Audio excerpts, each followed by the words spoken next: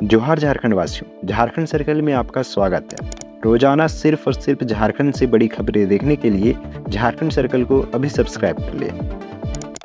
झारखंड में गरीबों को मिलेगा 3 कमरों का घर। सीएम हेमंत ने की अबुआ आवास योजना की घोषणा। झारखंड के मुख्यमंत्री हेमंत सोरेन ने स्वतंत्रता दिवस के अवसर पर मोरहाबादी मैदान के राजकीय समारोह में बतौर मुख्य अतिथि ध्वजारोहण किया और परेड की सलामी ली। इस दौरान सीएम सोरेन ने राज्य के जरूरतमंद लोगों के लिए एक नई योजना अबुआ आवास की घोषणा की। उन्होंने कहा कि हमने राज्य के लोगों से वादा किया था कि सभी को 3 कमरे का आवास उपलब्ध करवाएंगे।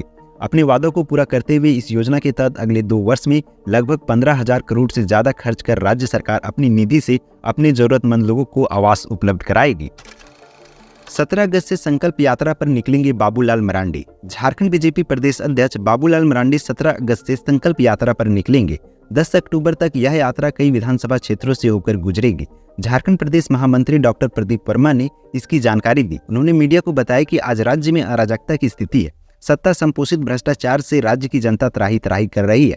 बहन बेटियां असुरक्षित है। युवाओं की उम्मीद पर राज्य सरकार ने कठोराघात किया है।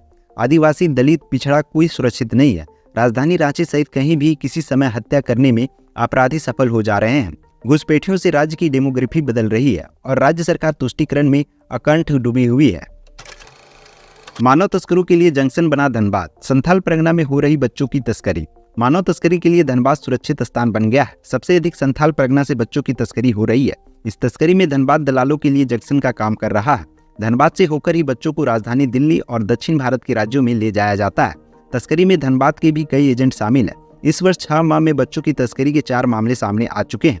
3 दिन पूर्व ही LAP एक्सप्रेस से बोकारो का एक किशोर बरामद किया गया था। मौके से एक तस्कर हजारीबाग के विशुनगढ़ निवासी करिया साव को गिरफ्तार कर जेल भेजा गया।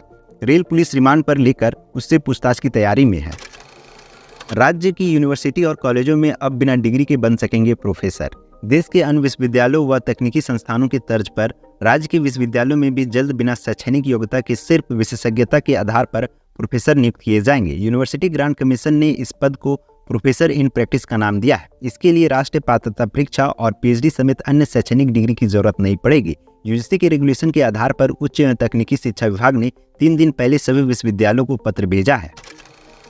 ईडी के सामने पेश नहीं हुए झारखंड के सीएम हेमंत सोरेन, भेज दिया सीलबंद लिफाफा। झारखंड के मुख्यमंत्री हेमंत सोरेन सोमवार को धनशोधन के एक मामले रांची में प्रवर्तन निदेशालय के समक्ष पेश नहीं हुए। ईडी ने रक्षा भूमि घोटाले मामले में पूछताछ के लिए हेमंत सोरेन को समन किया था। उन्होंने अपने व्यस्त कार्यक्रम का हवाला देते हुए और मोहलत दिए जाने की मांग की थी। हिंदुस्तान टाइम्स की रिपोर्ट्स के मुताबिक मुख्यमंत्री कार्यालय का एक स्टाफ प्रवर्तन निदेशालय के जोनल कार्यालय में पहुंचा और एक सीलबंद लिफाफा जमा किया। सब इंस्पेक्टर को 5,000 का रिश्वत लेना भारी पड़ा। एसीबी ने रंगे हाथ किया गिरफ्तार। धनबाद के टुंडी में एसीबी ने सब इंस्पेक्टर के खिलाफ बड़ी कार्रवाई की है। जिस प्रकार राज्य में अपराध की घटनाएं आए दिन देखने को मिल रही है, उसी प्रकार भ्रष्टाचार के मामले भी लगातार बढ़ रहे हैं। दरअसल धनबाद जिले के टुंडी थाने के सब इंस्पेक्टर शिव नारायण राममुची को एसीबी ने घूस लेते हुए रंगे हाथ पकड़ा है, जिसके बाद शिव नारायण को गिरफ्तार कर जेल भेज दिया गया। जंगल में पेड़ से लटकता मिला 22 साल की लड़की का शव। झारखंड के बोकारो जिला स्थित पेटरवार पुलिस ने प्रखंड के सदमा कला पंचायत के चंद्रपुरा जंगल से क्रंच के पेड़ से झूलती हुई करीब 22 वर्षीय युवती की लाश सोमवार को बरामद की। पुलिस ने शव को अपने कब्जे में लेकर व शव का पंचनामा तैयार कर शव को पोस्टमार्टम के लिए जांच भेज दिया। बरामद की गई शव की शिनाख्त नहीं हो पाई है। जंगल में लाश मिलने की सूचना पर काफी संख्या में ग्रामीण घटनास्थल पर पहुंचे, लेकिन किसी ने इसकी शिनाख्त नहीं की।